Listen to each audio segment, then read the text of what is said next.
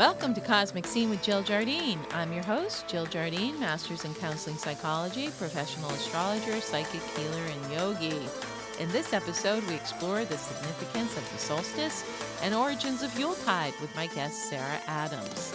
The winter solstice is ushered in annually when the sun transits into the sign Capricorn. It is a return to the light in the northern hemisphere and the beginning of summer in the southern hemisphere.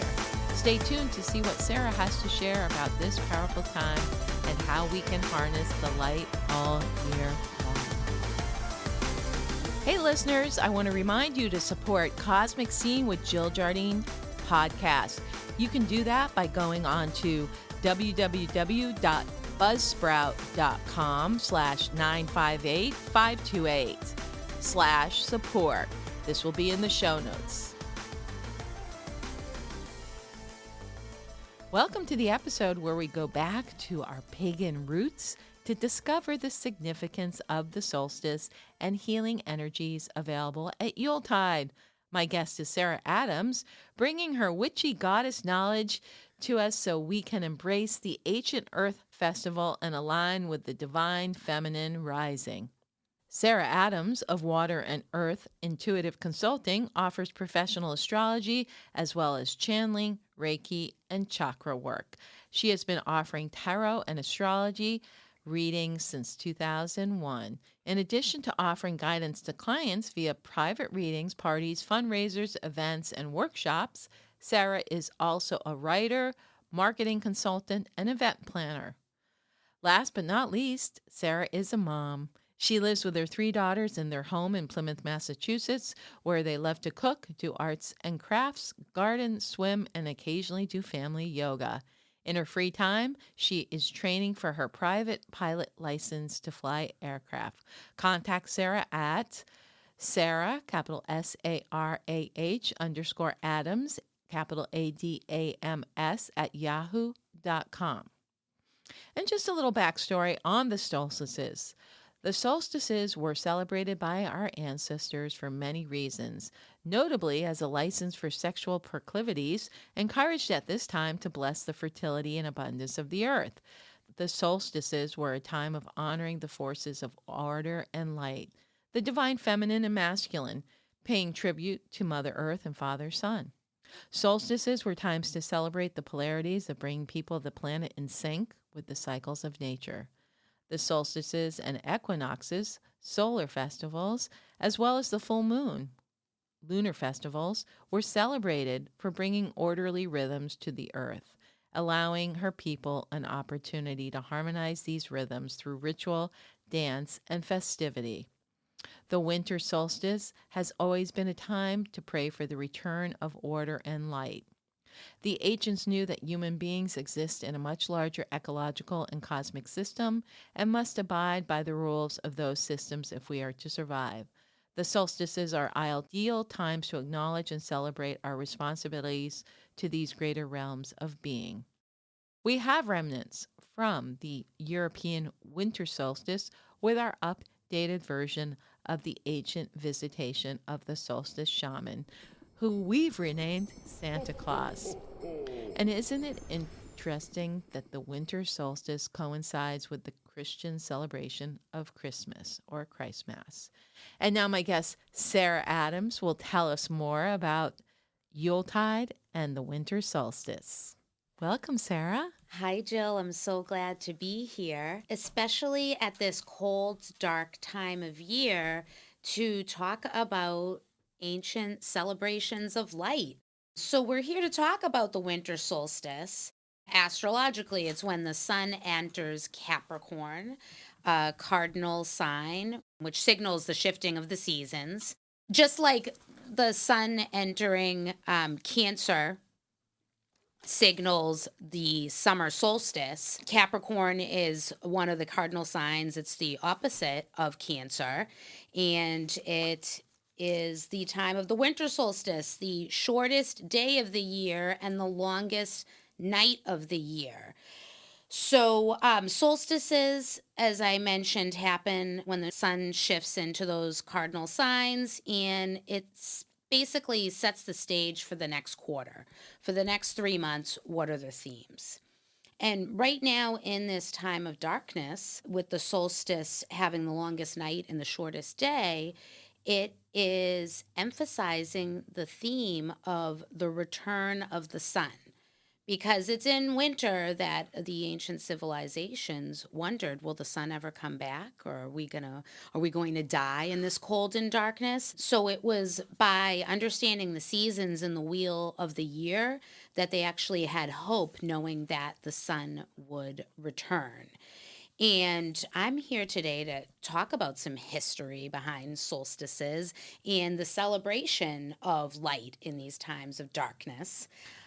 That's wonderful. I'm sure people like to know the origins of this. The solstice is coming back. New Age communities have been celebrating it for years. They have the celebration at Stonehenge and other sacred sites, but it is an honoring of the earth and getting back to our roots, so to speak, and the tradition. So we'd love to hear the origins. Sure, absolutely. And I just want to note before we time travel back into history, a theme which was reflected long ago and can still be embraced today by those acknowledging the winter solstice. When the sun goes into Capricorn, which is ruled by Saturn, it's a time to think about and reflect on the last year and also what you want to master and build in the coming year because Capricorn is the master builder.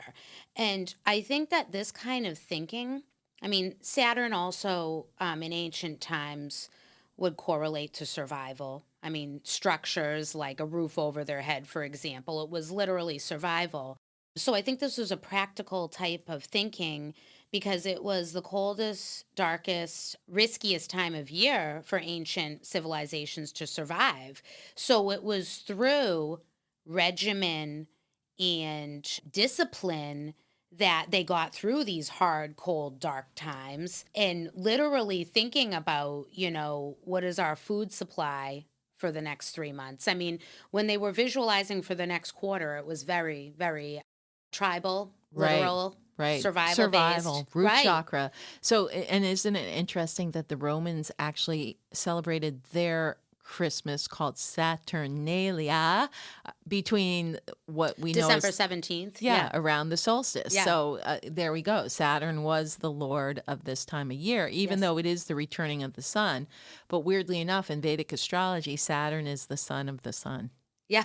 So we have those two archetypes that are very masculine, Right. but the earth itself is an honoring of the feminine principle. So we'd like to hear what you say about Sure, that. sure. So to go back in history, in times that were matriarchal and they were honoring the goddess, we talk about, so we've mentioned the winter solstice.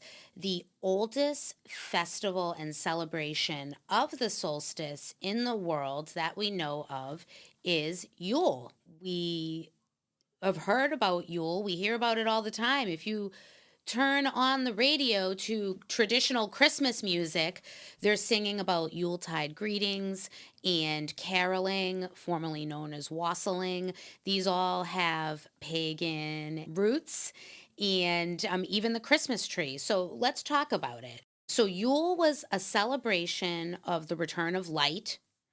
It was a festival around fire, feasting. The feast would last until the Yule log burned out. Traditionally, Yule, we hear about the 12 days of Christmas, but traditionally it was actually the 12 days of Yule from December 21st to January 1st, New Year's. So we see these celebrations throughout history all around the world. The merriment, even like in Roman cultures around Saturnalia, there was debauchery, but it was always, whether how softcore or hardcore the celebrations were, it was always about celebrating light. There were candles, there were bonfires, which all morphed into Christmas lights and Christmas decorations. We still hear the term celebration of light used regularly during the holiday season. So in ancient Norse times, the festival was called Jol, Jol, or Jule, Juul. And that word is still used today. And Very similar to Yule. exactly. It was still, this word is still used today in Icelandic and Nordic countries in their language and talking about this time of year. And it actually is pronounced Yule.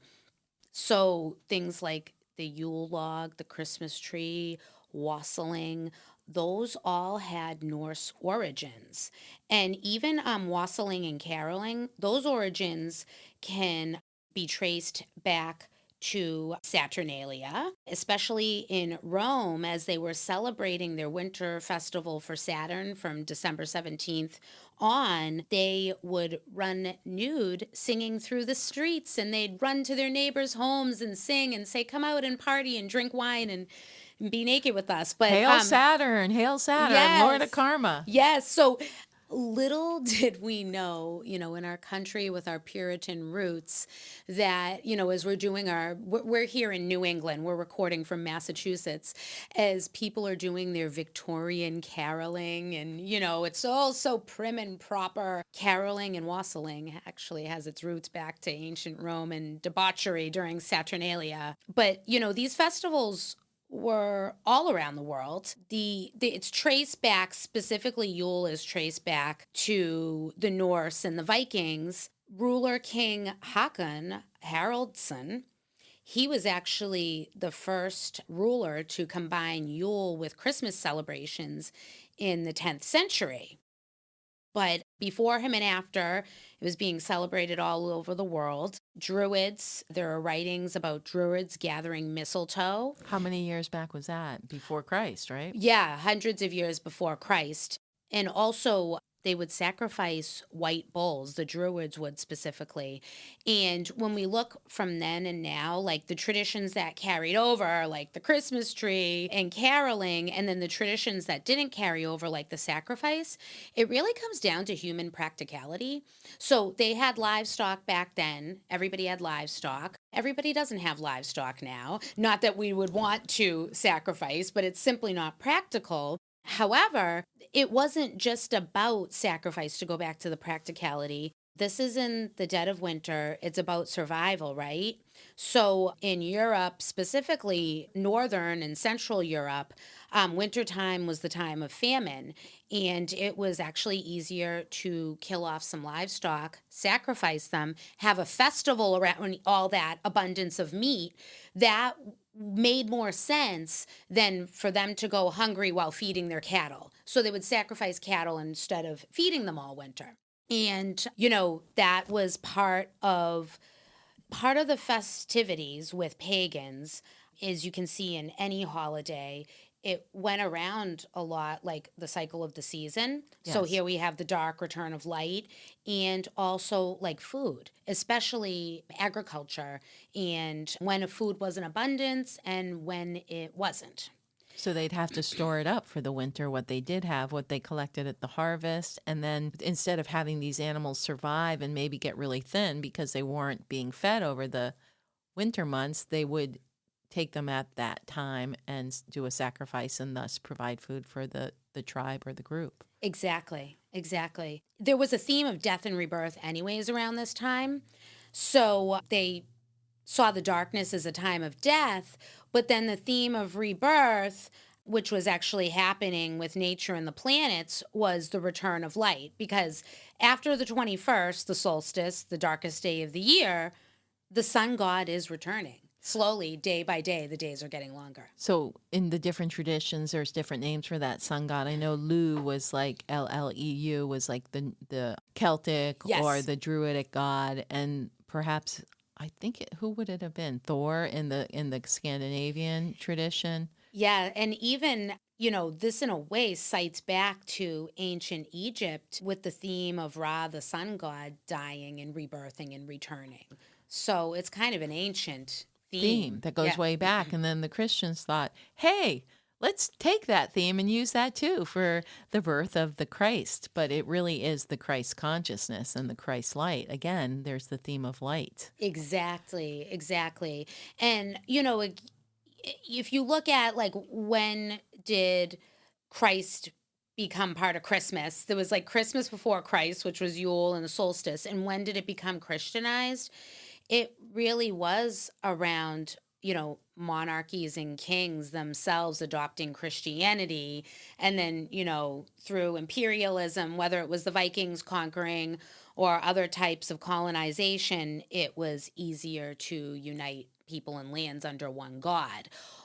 But like they did with most traditions, they let them keep most of the pagan rites and rituals and Right. traditions and then changed the marketing and the branding depending on, what worked for them politically. That's why things like the Christmas tree, which had its roots, its pagan roots, Yeah. the Yule log and the bonfires, and even as I mentioned earlier, the solstice shaman, Santa Claus came into Yes. play, but in the different traditions they had different names for that being. Sure. And old Saint Nicholas came into play, during Christian times, but Germany had an older, scarier version of Santa Claus The and Krampus? yes, to scare the children. And, there were all these different traditions, but people don't realize, especially in Western culture, and I'm not a Debbie Downer here. You got to understand. I listen to Christmas music on my way over here. I love Christmas. I celebrate it with my kids, but I also know like the psychology behind like Western commercialism and advertising. And also I have my perspective understanding the roots of Christmas. The Christmas we know it was carefully branded to be more secular and also to be commercial and commercialized. Right, right. And I think just like we did our Halloween special, our Sure. Samhain special, I think it was like in the US at least the 1950s Absolutely. with the advent of television Yes. that it was like let's make this a commercial holiday. Right. And with Halloween, candy suppliers were so psyched, and Yes. with Christmas, any kind of gifts Right. were the focus, and not the spiritual aspect. It was more the commercial aspect, and make sure you get all your presents for everybody under the tree. And that's when I think the pressure began. Yes. And actually I took in grad school, I took an advertising course and we spent a whole section on the psychology behind advertising and post World War II advertising, really focusing on the nostalgia of holiday traditions and Americana. And actually, I didn't know this till I took this class. Our current depiction of Santa Claus, cherubic, round face, fluffy white beard, red suit, our current idea of Santa Claus was carefully branded by Coca-Cola. And if you look at it, the early Coca-Cola advertising in the 50s was all about Santa Claus. And it was like all that same red, the Coca-Cola red, the same Coca-Cola red in his costume. But if you Google it, Coca-Cola specifically really focused on the Christmas advertising, and their depiction of Santa stuck. So he got chubby from drinking too much sugar. Yes, exactly. Sugar-filled original formula Coca-Cola. Right, and right. he bloated out from what he was depicted in Right. places like Europe and Scandinavia as a thinner Kris Kringle. It's scarier too. Scarier. Yeah. And I mean, it's the same idea like the diamond became the, marriage stone through modern advertising.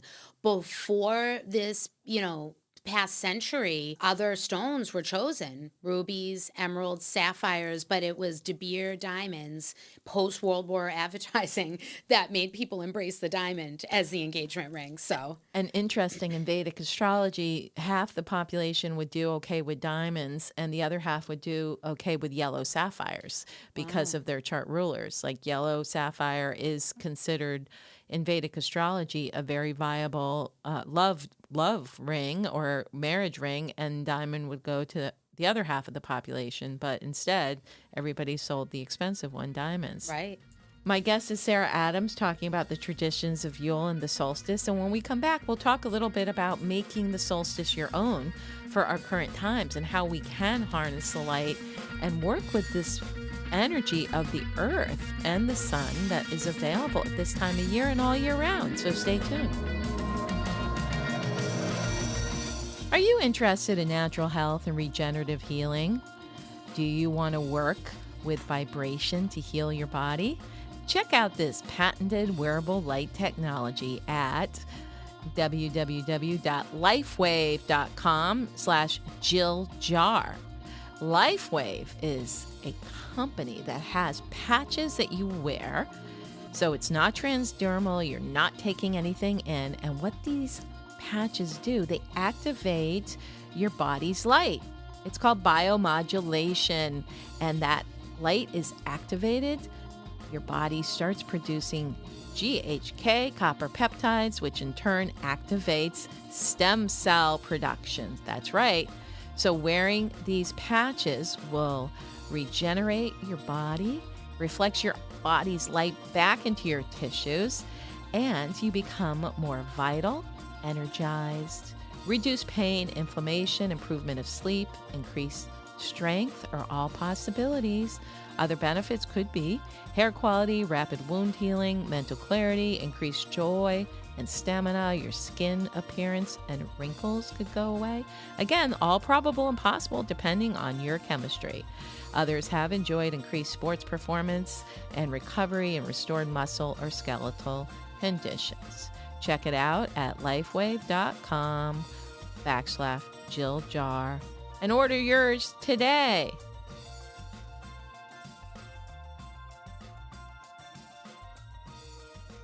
Welcome back. My guest is Sarah Adams. Sarah, you have so much to tell us about Yule and winter solstice. Let's hear it. Hi, Jill. Yes, I'm so happy again to be here to talk about the solstice and Yule.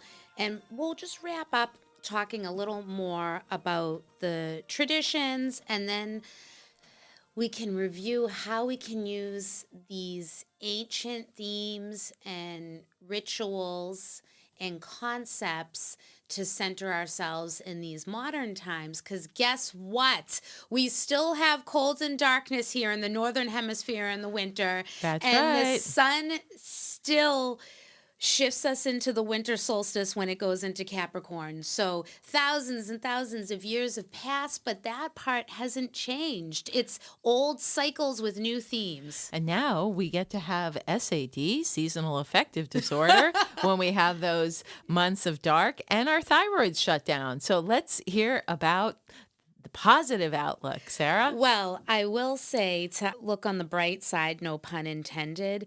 In these modern times, we do have things like vitamin D gummies, which I use. I know, I use and those. vitamin D lamps. Yes, I use those for myself and my children to combat seasonal affective disorder. Or just go down to Florida or Arizona where the sun always shines. Exactly. But in ancient times, they used the merriment and the celebrations and the feastings not just for spiritual observance, but also literally to lift their spirits in these dark times. So we can still relate to that as we drink hot cocoa and drive around and look for Christmas lights and go to the Christmas Carol productions or the Nutcracker, or just seeing family Christmas parties, exchanging gifts. It's like wherever we can, we try to find that joy. And, these ancient celebrations around celebrating light, again, we've seen them for thousands of years. And I talked about Nordic and Germanic culture celebrations. We also can see this. We talked about it go as far back as ancient Egypt, Ra, the sun god, returning and bringing light. But even Hanukkah, with the brightly lit candles of the menorah. Kwanzaa celebrations are big around candles. So whether we're in ancient or modern times, sometimes in the middle of winter, we just need a little light. I will close the historical part by just sharing the Celtic legend of the Holly King. So the Holly King was the symbol of darkness and longer nights, and he was old, kind of like Santa Claus. Saturn. Yes, Saturn. And Father Time, Kronos, Saturn. the Lord of Karma. And he would battle with the younger Oak King. And the Celts believed that the Oak King, the youthful young king, was bringing in the light of the new year. So it's just that idea, we live on a planet duality. It's the focus on the duality between dark and light. In times of famine, in times when ancient cultures and modern cultures are like fear freezing to death. I mean, that's still a modern concern with homelessness and those who don't have shelter. So it's the idea of, in these dark times, which can be really sad, holidays can be sad for people, where can we find a little light? And how can we celebrate Yule and winter solstice in this new age and in these modern times? We can have a Yule log. Most of us have Christmas trees. We can celebrate caroling and wassailing. Also, decorating our homes with greens and evergreens. And, one ritual, and it's actually pretty practical, that I noted from a book. It's called Circle Round by Starhawk. And it is about bringing traditions and holidays of the goddess and feminine divine, celebrating Mother Earth, bringing that into your modern home, and even acknowledging these old ways with family. So, one way to do is simply clean house before the winter solstice. It's something that everybody in the house can participate in. And as you're cleaning, and you want to make sure to like sweep the corners, under the rugs, shake out anything. And then as you do that, as you empty the dustpan, as you throw out the vacuum cleaner bag, you can name some things you're getting rid of as you're cleaning. My practice, my kind of modern pagan practice, would then be to smudge my house. I'd walk around with white sage counterclockwise, remove the energy, and then I'd walk around clockwise with a candle or incense or something to go around clockwise and bless and seal the space. Then, for the holiday season, you can, once you've cleaned the house, then put up your Christmas decorations, then put up your evergreens. And another thing you can do to celebrate Yule and solstice in an old school traditional way is to have a simmer pot. So you've cleaned the house, maybe you've saged, you've put up some greenery, the Christmas tree, the Christmas decorations. You can do a simmer pot. It could be orange and clove and cinnamon, as I plan to do in my home. Or you can do rosemary and bay leaves, is what pagans and witches would do in old times, and simmer them in hot water, and then they would actually then use it to wash their floors. Wow. But it's the idea of inner cleansing during the winter solstice, because it's a time. What is the darkness? What opportunity does that bring? In the barren darkness, we can die to the past, we can let go of the old, we can release. And then we have that clean slate to visualize what we want to bring in as we focus on the light returning and as we focus on the new year.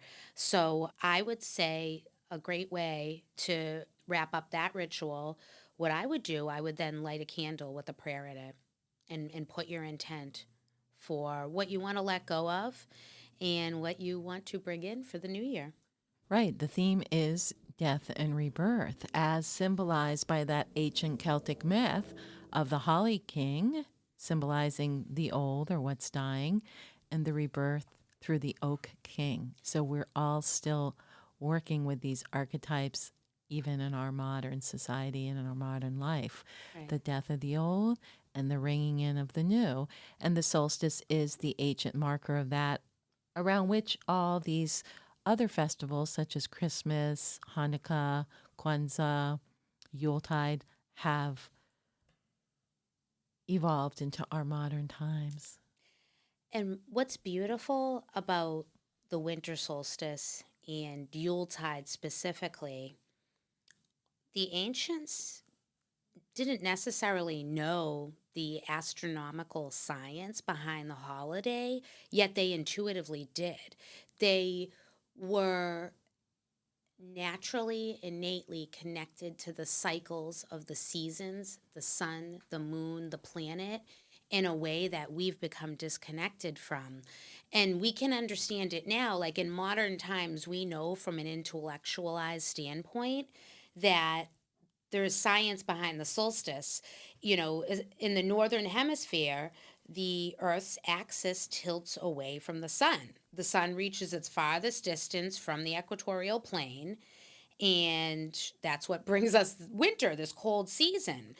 And that is still reflected, like we see that reflected in all kinds of holiday celebrations, even in the music. I'm dreaming of a white Christmas. I mean, that comes from the idea that the archetypal ideal Christmas is a snowy, cold Christmas. Right. So that theme has been around since the dawn of time, like, these cold, wintry times. Oh, let's put up lights, let's celebrate, let's feast, let's give gifts, let's stay warm, and finding that inner warmth, like within ourselves and through celebration with each other. And these festivals of light around the world in spanning centuries were really all to celebrate that the sun would return in this time of darkness. And I just think it's a beautiful time as an astrologer every year when we kick off Sagittarius season. I know the sun goes into Sagittarius, we start the celebrations, and then the sun goes into Capricorn, and it's okay, we have the darkest day of the year, but then the days are going to get longer and brighter from here on out. Right. And then we get that big boost up in modern society with the daylight savings time. So by March, it's light again at Yes. 7 o'clock at night here in New England. And that return of the light does go a long way with our DNA and our feel good factor. And in the United States, there's half of the United States does, well, the southern part of the United States still has that light. But a lot of these festivals people need to know, especially if they're living in Australia, New Zealand, or in the southern hemisphere. We're getting all this information and sort of this content from the traditional European, Scandinavian, Nordic traditions, which did experience those long nights Right. and short days. So it's in the psyche of humanity, especially in the United States, where many, many of the immigrants had come from those areas and brought those traditions. Sarah, so in closing, do you have some information to share that would inspire our listeners as we go into this sacred solstice season? Sure. Well, first of all, I'd like to emphasize as we talk about themes of light and darkness, uh, darkness is not something to fear. I think deep in our collective subconscious of humanity, we always equate light and dark with certain judgmental attachments. But, the old cultures and societies, they just looked at it as like cycles and themes. So, we need every night is followed by a day. And we actually need darkness. It's when we reset, it's when we regenerate, it's when we sleep. We use darkness to recharge and wake back up for every new day. Babies are seeds from that come from the darkness of their mother's womb. So, cultures understood that in times of darkness, we go in and find our own merriment. If it's not warm outside, we have a bonfire. So it was actually a real tenacious go getter attitude. It was about survivalism, but it was also about fortification of the human spirit. And I think that we can all fortify ourselves during the Christmas season. And, think about now when you're celebrating about the wheel of the year. This is the wrapping up of the wheel of the year. And the sun symbolically dies, but then light is reborn when the sun is rebirthed from the womb of the goddess. And we can use that symbolism in our own life. The same principles still apply. Just as thousands of years ago, when the sun went into Capricorn, it was the shortest day and longest night. It will still be like that, thousands of years from now. These cycles repeat themselves. And one theme that is the same now as it was in ancient times is that the veil between worlds is thinner at this time on a solstice. Higher vibrational energies and information sources are available. For anybody who does psychic work, for anybody who's empathic, intuitive, pay attention to your dreams, but also, small miracles during waking hours. And remember, synchronicity is real. So, whatever spirituality means to you, it could be thinking of loved ones during the holidays and then seeing cardinals, typically the spirit bird of a loved one who's gone.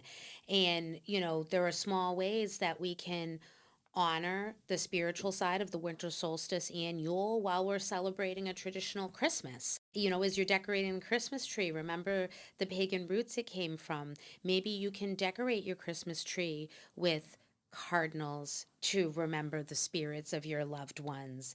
Maybe light them a candle. Maybe animals from whatever cultural heritage you come from on the Christmas tree. A traditional Yule animal was the reindeer, which we know that was passed on and celebrated and is still seen in imagery all around, Santa Claus and Rudolph the Red-Nosed Reindeer, but that was actually a Nordic tradition. So whatever you choose, however you honor Christmas and however you observe winter solstice and Yuletide, just know it's a threshold and you're stepping through a gateway from the past year, moving towards the next year. Choose a higher vibrational existence for yourself rather than any suffering of the past. Anger and fear is something we can all rise above, and basically embrace light and joy to break free and embrace our own personal power. And sometimes that is the power just to be happy, the power to give yourself permission to smile and laugh and feel joy even when life can be intense and demanding and busy during the holidays. Thank you so much. My guest has been Sarah Adams. Check her out and see about getting a reading from her for the new year. Thank you, Sarah. Thank you, Jill. May we all manifest our long-term goals via disciplined action as the sun goes into Capricorn for this winter solstice. Yeehaw. It's a great time to book a reading. So check out my website, jilljardineastrology.com/shop, and pick the kind of reading or service you would like.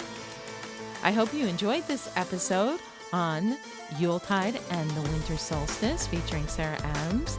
Make sure you download, share, subscribe, and give us a 5-star review. This is Cosmic Scene with Jill Jardine signing out, sending healing holiday vibrations and wassailing through the quantum field. Stop!